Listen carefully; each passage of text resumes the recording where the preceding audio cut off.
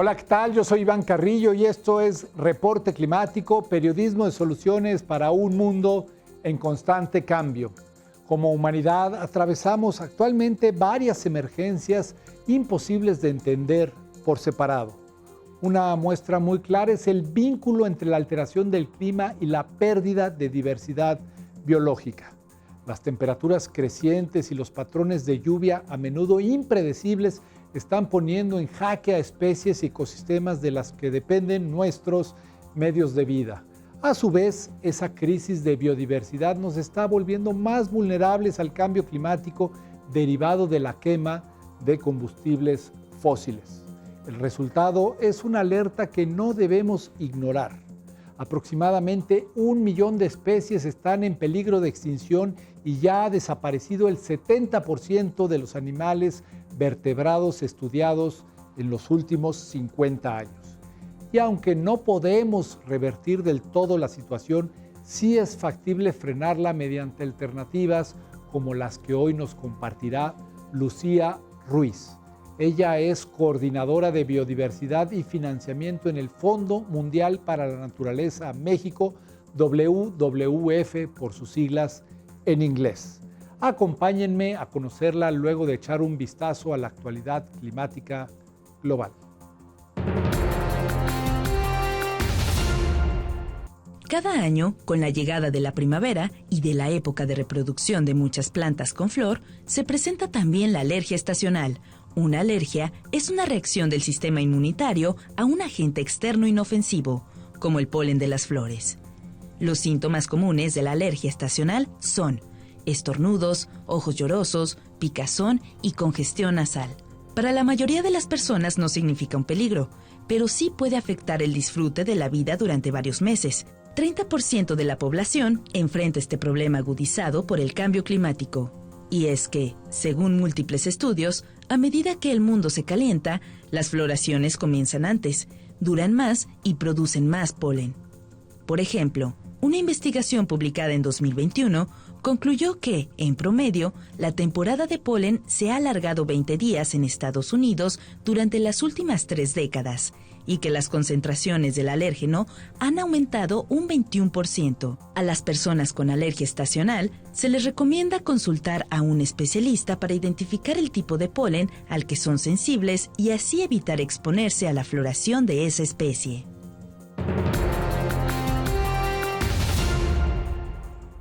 España es el principal productor de aceite de oliva en el mundo y, por sí, solo cubre hasta 40% de la demanda global. Sin embargo, la agencia de noticias Reuters informó que las olas de calor de la primavera pasada y la sequía del verano de 2022, asociadas al cambio climático, han complicado el suministro actual. El Consejo Oleícola Internacional declaró que este año la disponibilidad de aceite de oliva será 20% menor respecto a la producción de 2021.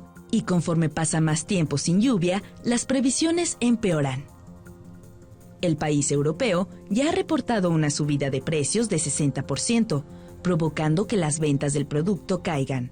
La revista española Ethic dice que los olivares han evolucionado con el clima mediterráneo y destacan por su resistencia a la escasez de agua. No obstante, los acontecimientos recientes evidencian que incluso este cultivo icónico podría ser afectado gravemente por los efectos del calentamiento del planeta, poniendo en peligro una fuente de subsistencia, cultura y comercio milenaria. La tortuga carey es una de las 7 especies de tortugas marinas que existen en el mundo. De acuerdo con la Unión Internacional para la Conservación de la Naturaleza, se encuentra en peligro crítico de desaparecer a causa de la depredación humana por su carne y huevos, la pesca incidental, el desarrollo costero y la contaminación. Ahora, además, está amenazada por el cambio climático, pues las temperaturas extremas de las crecientes olas de calor literalmente asfixian a las tortugas bebé en su nido. Para salvarlas de la extinción, desde hace más de 20 años, se lleva a cabo el proyecto de tortugas marinas de Barbados. Científicos participan con el marcaje de individuos para monitorearlos y mejorar el cuidado, mientras que las comunidades locales promueven el turismo basado en prácticas sostenibles. Cada agosto, cuando las tortuguitas salen del cascarón, El personal del proyecto hace guardia y las ayuda en caso de alguna emergencia. La ONU señala que Barbados tiene la segunda mayor población de tortugas carey del Gran Caribe y es una muestra de que el éxito en conservación es posible. Estamos cerca del 2030, la fecha límite para implementar las acciones con las que podemos evitar una catástrofe climática. Esta es la advertencia del más reciente informe de evaluación del Panel Intergubernamental de Cambio Climático, IPCC, dado a conocer el 20 de marzo de 2023. Se trata del último reporte en su tipo, mientras aún hay tiempo de frenar las consecuencias de la alteración del clima. Conozcamos más sobre el financiamiento para salvar la biodiversidad. En 1992, durante la denominada Cumbre de la Tierra en Río de Janeiro, los países adoptaron el Convenio Internacional sobre la Diversidad Biológica. Su propósito era promover economías sostenibles para vivir dentro de los límites ecológicos del planeta. 30 años después seguimos sin lograrlo. Por fortuna, esto podría cambiar pronto gracias a un nuevo acuerdo. Creo que nos tenemos que remontar a lo que sucedió en diciembre del 2022, cuando por fin tuvo lugar la negociación de lo que hoy por hoy conocemos como el Marco Global de Biodiversidad Kunming-Montreal. Se trata de un compromiso que ha sido comparado con el Acuerdo de París en materia climática y que asumieron 196 países. Para avanzar entonces de forma ambiciosa, de forma transformacional y con metas muy robustas en cómo atender la crisis, en particular sobre pérdida de biodiversidad. Entonces, ¿qué es lo que estamos atendiendo con este nuevo marco global de biodiversidad? Tenemos una gran experiencia por todas las vivencias que tenemos en el territorio desde campo, trabajando con las comunidades locales y pueblos indígenas. Entonces, en este sentido, yo creo que si bien el norte es quienes tienen la mayor cantidad de riqueza acumulada de financiamiento, cada vez son mayores los liderazgos distribuidos a lo largo de las regiones. Y esto me da muchísimo orgullo porque esto habla realmente de este trabajo horizontal que se está logrando a nivel de las organizaciones internacionales. Pero eso no es lo único que lo hace diferente a otros esfuerzos previos. 5 causas principales. Número 1, el tema de contaminación que ya mencionaba. Número 2, el tema de cambio climático. También los temas de sobreexplotación de los ecosistemas, de las especies. Los temas de cambio de uso de suelo. Y finalmente, un tema fundamental que es el de las especies invasoras. Entonces, ¿qué es lo que se plantea en este marco global de biodiversidad? Por un lado, el poder avanzar en metas muchísimo más ambiciosas que las que se habían planteado en décadas anteriores, que abordan estas causas de pérdida de biodiversidad, pero también el cómo hacerle. No es solamente el abordar, sino los cómo, hacia dónde queremos llegar. Y con esa pregunta es que surge el tema del financiamiento, el cual había sido poco advertido en el pasado. Se hizo un cálculo de cuántos recursos serían necesarios para realmente abordar esta crisis de biodiversidad. Y se llegó a la conclusión que tenían que ser una cifra estratosférica, pero equivalente a $700,000 millones anuales que tendríamos que estar invirtiendo en temas de naturaleza para conservar, restaurar, usar sustentablemente la biodiversidad. La idea es que dichos recursos provengan de 2 fuentes principales que Lucía Ruiz describe a continuación. Por un lado, ¿cómo asegurar que incentivos, subsidios, que ahorita no necesariamente están alineados o que son muchos de ellos negativos, nocivos para la biodiversidad, se puedan realinear, se puedan entonces redirigir para que sean positivos para la naturaleza? Investigaciones recientes señalan que los gobiernos gastan cerca del 2% del Producto Interno Bruto Global en modos de producción y consumo no sostenibles. Esto equivale a $1.8 billones que terminan en las arcas de los negocios más dañinos como la extracción de combustibles fósiles y la industria agropecuaria. Ahí lo que se ha visto es que hay una oportunidad de movilizar, de redirigir aproximadamente $500,000 millones al año. Ese fue uno de los compromisos que se adquirió en diciembre del 2022. Pero adicional a eso, no podemos solamente estar redirigiendo subsidios. Necesitamos más inversión y más compromiso de otras fuentes de financiamiento. Y por eso se creó también el Fondo Mundial de Biodiversidad, que va a permitir movilizar recursos por parte de todas las fuentes de financiamiento público, privado y dentro del privado, del sector financiero, del sector asegurador, obviamente de las empresas, para asegurar que se estén movilizando 200,000 millones de dólares al año para que esos recursos puedan ir a todos los agentes de cambio. Y cuando hablamos de agentes de cambio, hablamos de mujeres, jóvenes, obviamente organizaciones de la sociedad civil, locales, internacionales, pero también, por supuesto, a pueblos indígenas y comunidades locales que son fundamentales para la conservación, restauración y uso sustentable de la naturaleza.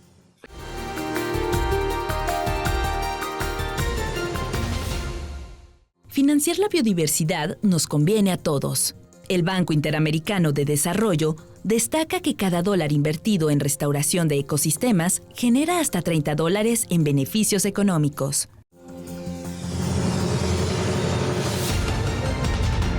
Invertir en biodiversidad puede sonar sencillo, pero requiere de una coordinación enorme. No es solamente un factor el que nos va a llevar al éxito. Esto tiene que ser un esfuerzo de todos los actores y tiene que ser un esfuerzo que no solamente implique el redireccionamiento desde el sector federal, sino también el involucramiento de los sectores y de los niveles, órdenes de gobierno estatal, municipal. Entonces, por un lado, tenemos que capacitar. Para Lucía Ruiz, el primer paso tendría que ser un ejercicio de sensibilización y educación. Desarrollar capacidades, sensibilizar sobre qué es un subsidio, qué es un incentivo positivo para la naturaleza. Porque muchos de esos pues llevamos dándolos durante años. Entonces a lo mejor no es redirigir o reformar cabalmente todos los sistemas de subsidios o de incentivos, es más bien asegurar que las acciones que se estén financiando con esos recursos no tengan un efecto negativo sobre la naturaleza. Ese sería el primer punto. Posteriormente, tendríamos que construir reglas de operación y términos de referencia para que esos incentivos estén alineados con la naturaleza.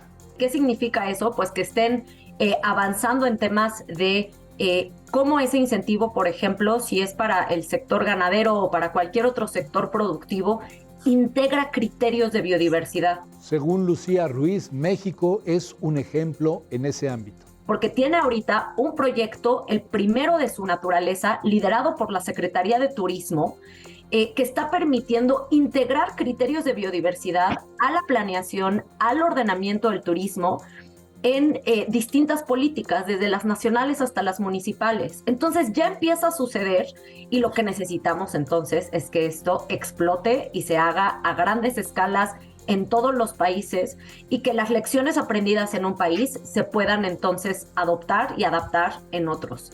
Entonces, en este sentido, yo creo que también un tercer elemento es que veamos la sincronicidad y la alineación de abajo hacia arriba y de arriba hacia abajo que nos permita integrar estos criterios. América Latina también es tierra fértil para este tipo de procesos, ya que alberga 40% de la biodiversidad del mundo. La pandemia fue muy complicada, fue una de las regiones más afectadas en términos económicos, en términos sociales, y ahorita estamos empezando a resurgir, pero también estamos viendo las consecuencias socioeconómicas que esta gran pandemia tuvo sobre nuestra sociedad. Y en ese sentido, ahorita se están cerrando filas desde varios países latinoamericanos. Lo vimos durante la conferencia de las partes de biodiversidad o la cumbre de biodiversidad que se celebró en diciembre. Y tenemos a países campeones, pero también países que, si bien están como apoyando estas iniciativas, lo que estamos viendo es un gran resurgimiento de América Latina con un excelente liderazgo para temas de medio ambiente. Y un síntoma al que debemos prestar atención en nuestros países es la voluntad política. Estamos logrando que estén las piezas alineadas para que haya voluntad política para avanzar en términos de la agenda ambiental. Al mismo tiempo contamos con un elemento del que adolecen otras regiones, la fortaleza y el conocimiento de diversos pueblos indígenas. Hace un par de años, justamente, se logró que empezara la implementación del Acuerdo de Escazú. ¿Qué es el Acuerdo de Escazú? El primero de su tipo en el planeta, el único que hay en América Latina para asegurar los derechos humanos de aquellas personas que salvaguardan el medio ambiente, pero también asegurar su integridad. Y en ese sentido, América Latina, al tener ese Acuerdo de Escazú, podemos entonces avanzar en pedir y ser pues muchísimo más exigentes con nuestras autoridades y con distintos sectores en que se cumplan los derechos humanos de todos, principalmente aquellos vinculados con el medio ambiente. Derecho humano que, por cierto, fue reconocido el año pasado por las Naciones Unidas. Solo garantizando tales derechos es que podremos avanzar en un financiamiento efectivo de la biodiversidad, pues el 80% de ella es protegida por los pueblos originarios. Tenemos que lograr que sean los pueblos indígenas y comunidades locales quienes también tengan un acceso directo al financiamiento. No puede ser todo a través de los gobiernos o a través de organizaciones internacionales. Todos tenemos un rol. Y la gran oportunidad que estamos teniendo es que el financiamiento está ahí y necesitamos encontrar la forma de canalizarlo de forma eficiente, pero también transparente y con suficiente transparencia que nos permita entonces que estas comunidades locales, que estos pueblos indígenas puedan acceder a ese financiamiento para justamente utilizarlo en temas de conservación, en temas de restauración, en temas de manejo sustentable. Ahí es donde cobran una gran relevancia las organizaciones como WWF, a la que pertenece Lucía Ruiz. El rol entonces de organizaciones como WWF es acompañarlos para que haya una buena implementación y con transparencia y de forma robusta, eficiente, eficaz de esos recursos. Todos tenemos un rol, pero tenemos que dar muchísima mayor prioridad a aquellos que están en el territorio jugando un rol para salvaguardar nuestros recursos naturales. La buena noticia es que no necesitamos partir de cero, ya hay casos de los cuales podemos aprender. Acompañar en los últimos 20 años, en particular en la Sierra Sur de Oaxaca, ellos, por ejemplo, son personas que con el 100% de su compromiso han entonces decidido ir a estudiar fuera de sus comunidades, ser los primeros en que tienen una educación universitaria, pero con el compromiso y firme compromiso de regresar entonces a sus comunidades. ¿Y qué es lo que estamos viendo? Que estos grupos zapotecas, por ejemplo, están logrando desarrollar sus propias empresas, sus propias consultoras, para entonces no solamente ser obviamente fuente de innovación y de inspiración, sino también ser emprendedores. Entonces, eso poco a poco se empieza a ver y lo que estamos ahorita viendo es cómo ellos pueden empezar a acceder directamente a financiamientos, créditos, garantías, etcétera, que les permita fortalecer no solamente sus capacidades, sino aumentar su operación. Ese es un tema muy concreto que tenemos en México. A miles de kilómetros en el corazón de la Amazonía hay otros ejemplos que vale la pena revisar.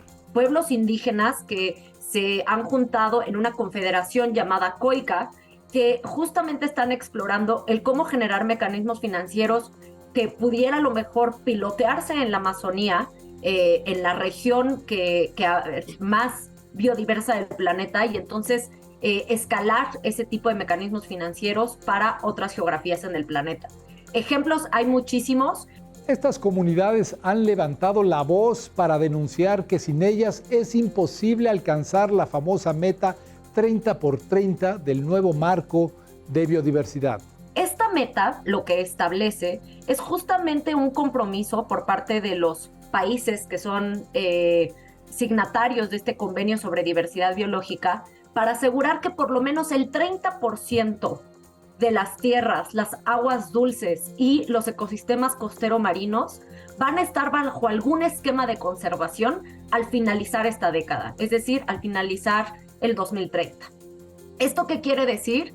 Que se puede hacer a través de áreas protegidas, federales, estatales, municipales, que también se puede hacer bajo otros instrumentos reconocidos, como son las otras medidas efectivas de conservación basadas en área, que pueden ser cualquier esfuerzo que tengamos en el territorio que tenga un resultado en conservación de la biodiversidad. Pero lo más importante, Iván, es que por primera vez se reconoce el valor agregado que tienen los pueblos indígenas y las comunidades locales en una meta de esta naturaleza. La meta 3030 es uno de los objetivos más ambiciosos que nos hemos planteado como humanidad. Estas son otras de sus cualidades. Esta meta 30x30 también plantea que es al menos el 30%. ¿Por qué? Porque va a haber muchos países, muchas regiones donde ya esté conservado ese 30% o que por sus características, por su riqueza natural, tenga que estar conservado más del 30%. Otra característica fundamental de esta meta es que es integrado al resto de los paisajes. No podemos tener islas de conservación, tenemos que hacerlo de manera alineada, coordinada y sinérgica. Y finalmente otro tema fundamental de esta meta es que aparte de la parte social, aparte del tema ambiental, podamos entonces avanzar también en cómo encontrar los mecanismos financieros para tener esa sustentabilidad de la conservación. Y en ese sentido también hay muchos ejemplos que se están generando ahorita en México y en otros países para asegurar que haya financiamiento suficiente de aquí a 2030. Afortunadamente, lo que hemos generado en organizaciones internacionales como WWF es que los liderazgos no solamente sean horizontales, sino que estén bien distribuidos a lo largo de las regiones. Puedo poner como ejemplo que a mí justamente me tocó liderar para WWF, para toda la red, una red de la cual somos parte 8,000 personas a nivel global. A mí me tocó liderar ahorita para la cumbre de biodiversidad el tema de 30x30. Y soy latinoamericana, soy mexicana y estoy no solamente empujando los intereses de la red, pero también de nuestra región, también de nuestro país. Entonces, creo que de forma muy puntual estamos logrando que, si bien esta percepción de norte y sur sigue muy presente, estamos borrando esas fronteras, porque lo que estamos viendo es que necesitamos también reconocer los liderazgos, los conocimientos, las experiencias que tenemos distintas personas. Y de forma muy importante, yo creo que a lo que hoy por hoy se le llama el sur global, tenemos una gran experiencia por todas las vivencias que tenemos en el territorio desde campo, trabajando con las comunidades locales y pueblos indígenas. Entonces, en este sentido, yo creo que si bien el norte es quienes tienen la mayor cantidad de riqueza acumulada de financiamiento, cada vez son mayores los liderazgos distribuidos a lo largo de las regiones. Y esto me da muchísimo orgullo porque esto habla realmente de este trabajo horizontal que se está logrando a nivel de las organizaciones internacionales. Gracias por haber estado con nosotros en Reporte Climático, periodismo de soluciones para un mundo en constante cambio. Soy Iván Carrillo y los espero la próxima semana.